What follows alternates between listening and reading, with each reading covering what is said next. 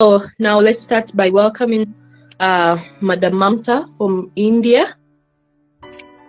Dr. Mamta. Yeah, hi. Hello, Good evening. Daktari. Are you good? Yes, I'm good. Thank you so much. Yes. Yeah. Okay. Okay. Can you come? Can you tell us, because as we all know that this is really public health stressing issue, NCD. So can you tell us some common myths that that are about NCD that people need to stop believing on them? Yeah, thank you, Jacqueline, and also thank you, William, for once again having such an important discussion. This time, the discussion is around the NCD, that is non communicable diseases. And these diseases are actually, this is something which is now one of the very common things, just like your stress management and mental health issues, which were discussed last time. So, NCDs again, it is, the alarm is raising. The diseases, NCDs like, heart diseases, diabetes, and cancers are becoming very common. But there are some myths people should be aware about, and they should be clear about that what are myths and what are the facts around this. So I will be only talking about few myths. There are a lot of myths. However, we would be talking about, few myths which are very common, and people should be aware about this. So one of the myth is NCDs are only a problem for older people. So the people with the higher age are generally affected by the NCDs, and it is not common for the young people. However, we can see that people with a very young age, even the kids, are having the heart attacks. So the poor lifestyle choices such as unhealthy eating, lack of exercise, and smoking, this can increase the risk of developing these diseases at any age. So, when I say any age, it can be a youngster, it can be a toddler, it can be a kid, a teenager, or anybody at any age. So, this cannot be judged that the person with the elderly age is only going to have the NCD diseases. So, this is a myth. Now, again, if we talk about the myth, uh, there is a myth that NCDs are mainly caused by stress. So, I generally deal in the mental wellness part, and so this is very important for everyone to understand that while stress can contribute to NCDs, uh, it's not the main cause. So, factors like poor diet, as we have already discussed, and the lack of exercise and smoking have a much bigger impact on your risk. Um, Reason is that reducing stress is important, but overall healthy habit and your active lifestyle contribute a lot to your healthy phase. So it is important to adopt to the healthy phase, and it is not only the stress who contributes towards the NCD. So these are the days that the corporate lifestyle is very stressful, and so we are getting such kind of diseases. So this is not completely true.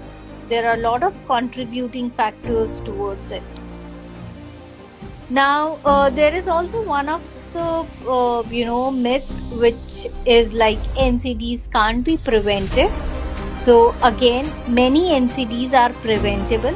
Small changes like your eating healthy habits, your exercise, managing the stress, having the healthy lifestyle, it can protect from such kind of diseases.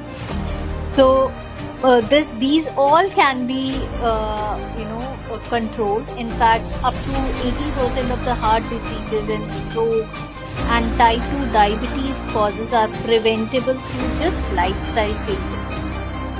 So prevention doesn't require extreme measure, but rather, consistent, healthier daily habits.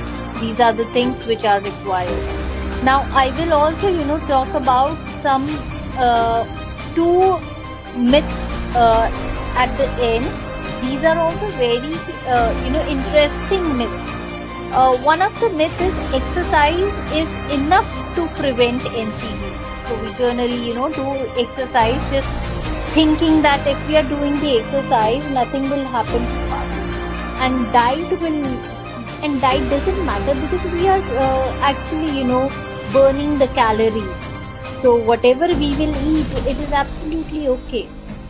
So while regular physical activity is critical for maintaining good health and preventing NCDs, it is not actually enough by itself.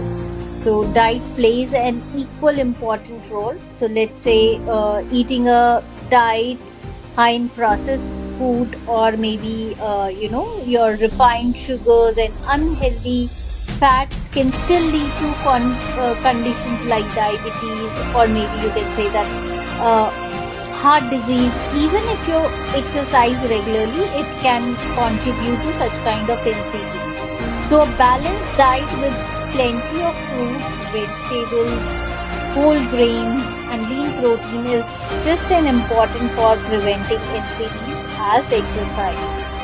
The last myth which I would be talking here about is the NCD only affect people who make bad lifestyle choices.